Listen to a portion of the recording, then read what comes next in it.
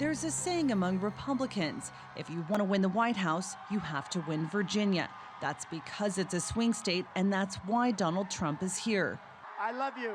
Get out and vote, vote, vote, vote. The billionaire businessman is riding a wave of popularity after winning 3 consecutive Republican contests. Let's move our country forward. And so too is Hillary Clinton, who is leading the polls for the Democrats in Virginia. Both Trump and Clinton have emerged as frontrunners. And they're hoping to consolidate that position on Super Tuesday, when 13 states and 1 U.S. territory hold nominating contests. The biggest prize for both parties is Texas, which will award the largest number of delegates. It's a day that can make or break a candidate, which is exactly why the competition for the White House is getting fierce. Sanders has sharpened his attacks on Clinton, hoping to steal some of her support from the African-American community, while the former Secretary of State is already eyeing who she believes will be her main Republican rival, Donald Trump.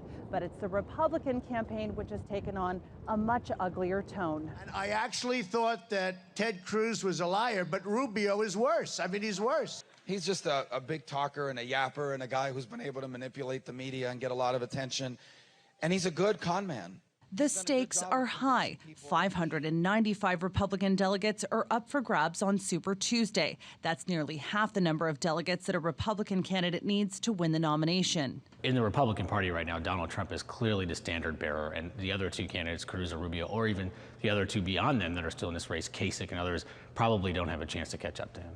Democrats, on the other hand, are competing for 1,004 delegates on Tuesday. A candidate needs 2,383 delegates to clinch the party's nomination. Alabama, Arkansas, Texas, Hillary Clinton will do very well. Bernie Sanders is clearly staking his campaign on places like Minnesota and Vermont and Massachusetts, and that's not surprising. I think expect him to do well in those places, but there will be far more delegates handed out in places like Texas than there will be in Vermont, and that's how you win the election. If there's a large turnout, I think we're going to do just fine.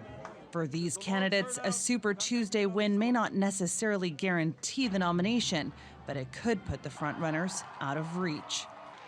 Kilmeny Duchardt, TRT World, Washington.